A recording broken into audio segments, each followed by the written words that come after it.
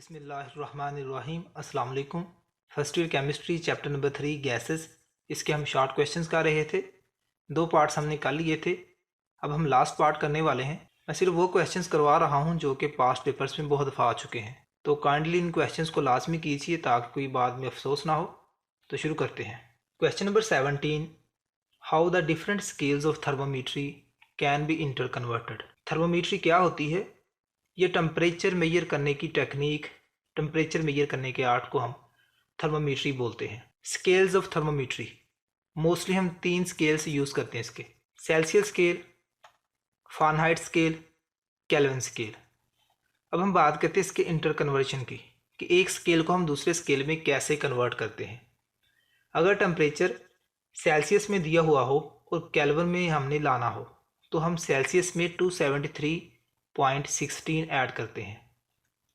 अगर temperature Fahrenheit में दिया हुआ हो और सेल्सियस में लाना हो, तो हम फार्मूला यूज़ करते हैं सेल्सियस इज़ इक्वल टू 5/9 और फ़ारेनहाइट में से हम -32 कर देते हैं। और अगर टेम्परेचर सेल्सियस में दिया हुआ हो और फ़ारेनहाइट में लाना हो, तो हम फार्मूला यूज़ करते हैं Fahrenheit temperature is equal to 9/5 और सेल्सियस जो कि टेम्परेचर दिया हुआ है उसमें 32 ऐड कर देते हैं। Question number 18, why the volume correction is done by van der Waal. Van der Waals did a correction in volume factor in order to make general gas equation applicable to the real gases. General gas equation PV is equal to NRT, जिसको हम ideal gas equation भी बोलते हैं। ये सिर्फ ideal gases के लिए ही है, क्योंकि in case of ideal gases according to KMT ये समझा जाता है कि जो गैस का एक्चुअल वॉल्यूम होता है वो नेग्लिजिबल होता है as compare to the volume of the vessel in which gas is enclosed, but the real gases have definite volume. When high pressure is applied this volume is not negligible. यहाँ पर आप diagram में देख भी सकते हैं, या ये अनकम्प्रेस्ड वेसल है और ये कंप्रेस्ड गैस है। आप देख सकते हैं कि जो एक्चुअल वॉल्यूम है गैस का वो नेग्लिजिबल नहीं है। अकॉर्डिंग टू वैन डर वाल, V free is equal to V vessel minus B. The factor B is called excluded volume और effective volume और incompressible volume, जो क्या है, जो कि एक कांस्टेंट है और हर गैस के लिए ये करेक्टरिस्टिक है, यानी कि हर गैस के लिए इसकी वैल्यू डिफरेंट है। It is also known as van der Waals constant, और ये रियल गैसेस के एक्चुअल वॉल्यूम का 4 टाइम्स होता है। B is equal to 4Vm, और Vm क्या है? ये एक्चुअल वॉल्यूम ऑफ गैस है। Question number 19, what is incompressibility factor, what is its value for an ideal gas. General gas equation is PV is equal to NRT, और इसको हम ideal gas equation भी बोलते हैं। अगर इसको हम ऐसे लिखें PV डिवाइडेड बाई NRT, तो ये कंप्रेसिबिलिटी फैक्टर बन जाता है, और ये लाजमी तौर पर 1 के इक्वल होना चाहिए। इसकी वैल्यू लाजमी तौर पर यूनिटी होनी चाहिए for an ideal gas. For an ideal gas, increase in pressure is proportional to the decrease in volume. जिस प्रोपोर्शन से प्रेशर इंक्रीज हो रहा हो उसी प्रोपोर्शन से वॉल्यूम डिक्रीज होना चाहिए, so that PV divided by NRT remains constant at constant temperature. ये डायग्राम आप देख सकते हैं, ये कंप्रेसिबिलिटी फैक्टर की वैल्यू है जो कि 1 है फॉर आइडियल गैस। यहाँ पर real gases helium, hydrogen, nitrogen और कार्बन डाइऑक्साइड, ये इस कंप्रेसिबिलिटी लाइन यानी कि आइडियल गैस लाइन से डेविएशन शो कर रही हैं at constant temperature. Question number 20, at higher altitudes the pilots feel uncomfortable breathing, why. सवाल यह है कि ज़्यादा ऊंचाई पर पायलट्स अनकंफर्टेबल ब्रीदिंग फील करते हैं, क्यों।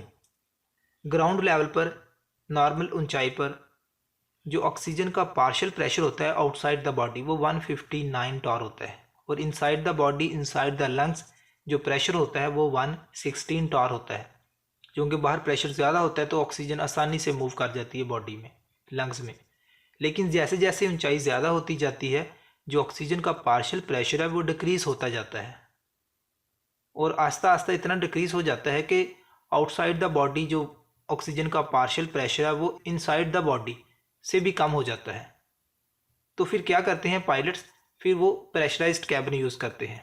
अदरवाइज अनप्रेशराइज्ड कैबिन में वो अनकंफर्टेबल ब्रीदिंग फील करते हैं। Why the graph plotted between pressure and volume moves away from the axis at higher temperature. Isotherms are the graphs plotted between pressure and volume when temperature and number of moles are constant. When the isotherms are plotted at higher temperature, then they go away from the axis. क्यों away from the axis जाते हैं? क्योंकि जैसे ही आप temperature increase करते हैं तो volume of gas भी इंक्रीज हो जाता है। The reason is that the volume of the gas increases at higher temperature. New curve is obtained away from the axis. इस ग्राफ में हमारे पास दो कर्व्स हैं, ये 0 डिग्री सेल्सियस पर है और ये 25 डिग्री सेल्सियस पर है। आप ये देख सकते हैं कि 25 डिग्री सेल्सियस पर जो कर्व है वो अवे फ्रॉम द एक्सिस है। Question number 22, derive Boyle's law from kinetic gas equation. According to KMT, kinetic molecular theory of gases, ideal gases, the kinetic energy is directly proportional to the absolute temperature of the gas. Kinetic energy absolute temperature के directly proportional होती है और n number of molecules की kinetic energy क्या होती है?